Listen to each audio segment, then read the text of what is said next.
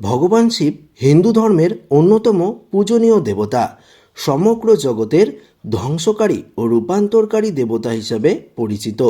তিনি তার শিব পুরাণে সমগ্র জগৎবাসীদের সুখ ও শান্তি প্রাপ্তির জন্য 10টি গুরুত্বপূর্ণ মন্তব্য করেছেন, যা এই ভিডিওটিতে আপনারা জানতে পারবেন। তাই দেরি না করে আসুন ভগবান শিবের এই 10টি গুরুত্বপূর্ণ বাক্য কী জেনে নিই। হ্যাঁ বন্ধুরা, প্রথম যে বাক্যটি রয়েছে, যেটি শিব পুরাণ অনুযায়ী সঠিক পথে ধন উপার্জন করুন, তারপর সেই ধনকে 3 ভাগে ভাগ করা উচিত। এর একটি অংশ ধনবৃদ্ধি অর্থাৎ সঞ্চয়, দ্বিতীয় অংশ উপভোগ ও তৃতীয় অংশ ধর্ম কর্মের কাজে ব্যয় করা উচিত। এর ফলে জীবনে সাফল্য লাভ করতে পারবেন। ভগবান শিবের দ্বিতীয় বাক্য হল রাগ ত্যাগ করুন। এই পুরাণ অনুযায়ী রাগ করতে নেই ও রাগ উৎপন্ন করতে পারে এমন কোনো কথাও বলতে নেই। রাগ করলে বিবেক নষ্ট হয়, আবার বিবেক নষ্ট হলে জীবনে একাধিক সমস্যা দেখা দিতে শুরু করে। ভগবান শিবের তৃতীয় বাক্য হল শিবরাত্রির উপবাস করলে ব্যক্তি ভোগ ও মোক্ষ উভয় লাভ করতে পারে। এর ফলে মহান পুণ্য পাওয়া যায়। পুণ্যকর্ম করলে ভোগোদয় হয় এবং ব্যক্তি সুখ লাভ করতে পারে। ভগবান শিবের চতুর্থ অর্থাৎ 4 নম্বর বাক্যটি হল সূর্যাস্ত থেকে সূর্যোদয় পর্যন্ত সময় শিবের। এই সময় তিনি নিজের তৃতীয় নেত্র দিয়ে ত্রিলোককে দেখে থাকেন এবং নন্দীগণের সঙ্গে ভ্রমণ করেন। এই সময় যে ব্যক্তি কটু বচন বলে, কলহ ও রাগ করে, সহবাস, ভোজনযাত্রা বা কোনো পাপকর্ম করে, তাদের অহিত হয় বলে শিবপুরাণে উল্লেখ পাওয়া গেছে। হ্যাঁ বন্ধুরা, ভগবান শিবের পঞ্চম অর্থাৎ 5 নম্বর বক্তব্যটি হল সত্য বলুন। সত্য বলা ও সত্যকে সমর্থন করা ব্যক্তির সবচেয়ে বড় ধর্ম। অসত্য বলা এবং অসত্যকে সমর্থন করা সবচেয়ে বড় অধর্ম।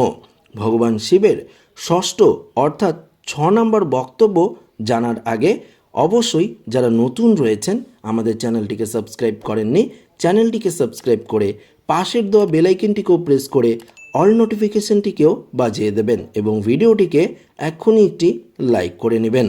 বন্ধুরা আসুন ভগবান শিবের ষষ্ঠ অর্থাৎ 6 নম্বর বাক্যটি শুনে নিই। যে কোনো কাজ করার সময় ব্যক্তি কি করছে তার জন্য নিজেকে তার সাক্ষী হিসেবে রাখা উচিত। ভালো মন্দ সমস্ত কাজের জন্য ব্যক্তি দায়ী। এমন কখনো মনে করা উচিত নয় যে তার কাজ কেউ দেখছে না। আসলে ব্যক্তির সমস্ত কাজই ঈশ্বর দেখতে পান। মনে এমন অনুভূত রাখলে সেই ব্যক্তি পাপকর্মে লিপ্ত হতে পারবে না। মন, বাণী ও কর্মের মাধ্যমে ব্যক্তিকে পাপকর্ম করা উচিত নয়। ভগবান শিবের সপ্তম অর্থাৎ 7 নম্বর বক্তব্য হল অনাবশ্যক ইচ্ছা ত্যাগ করুন। মানুষের ইচ্ছা চেয়ে বড় কোনো দুঃখ নেই। ব্যক্তি ইচ্ছার জালে জড়িয়ে পড়ে এবং ক্রমশ নিজের নষ্ট করতে শুরু করে।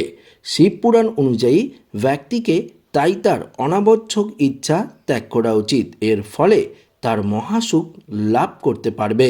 ভগবান শিবের 8 নম্বর বক্তব্য হল মোহ ত্যাগ করুন। সংসারে প্রত্যেকেই কোনো না কোনো বস্তু, ব্যক্তি বা পরিস্থিতির দ্বারা আসক্ত হয়ে নিজেকে মোহজালে জড়িয়ে দেয়। এই আসক্তি ও মোহই আমাদের দুঃখ ও অসাফল্যের কারণ। মোহ ত্যাগ করে নিষ্কাম কর্ম করলে আনন্দ ও সাফল্য লাভ করা যায়। ভগবান শিবের নবম অর্থাৎ 9 নম্বর বক্তব্য হল ইতিবাচক চিন্তাভাবনা। শিবপুরাণ অনুযায়ী কল্পনা জ্ঞানের চেয়েও গুরুত্বপূর্ণ। আমরা যেমন কল্পনা বা চিন্তা ভাবনা করি তেমনই হয়। স্বপ্ন এক ধরনের কল্পনা। এর ওপর ভিত্তি করে শিব ধ্যানের 112 বিধি বিকশিত করেছেন। তাই ভালো ও ইতিবাচক চিন্তা ভাবনা করার পরামর্শ দেয় শিবপুরাণ।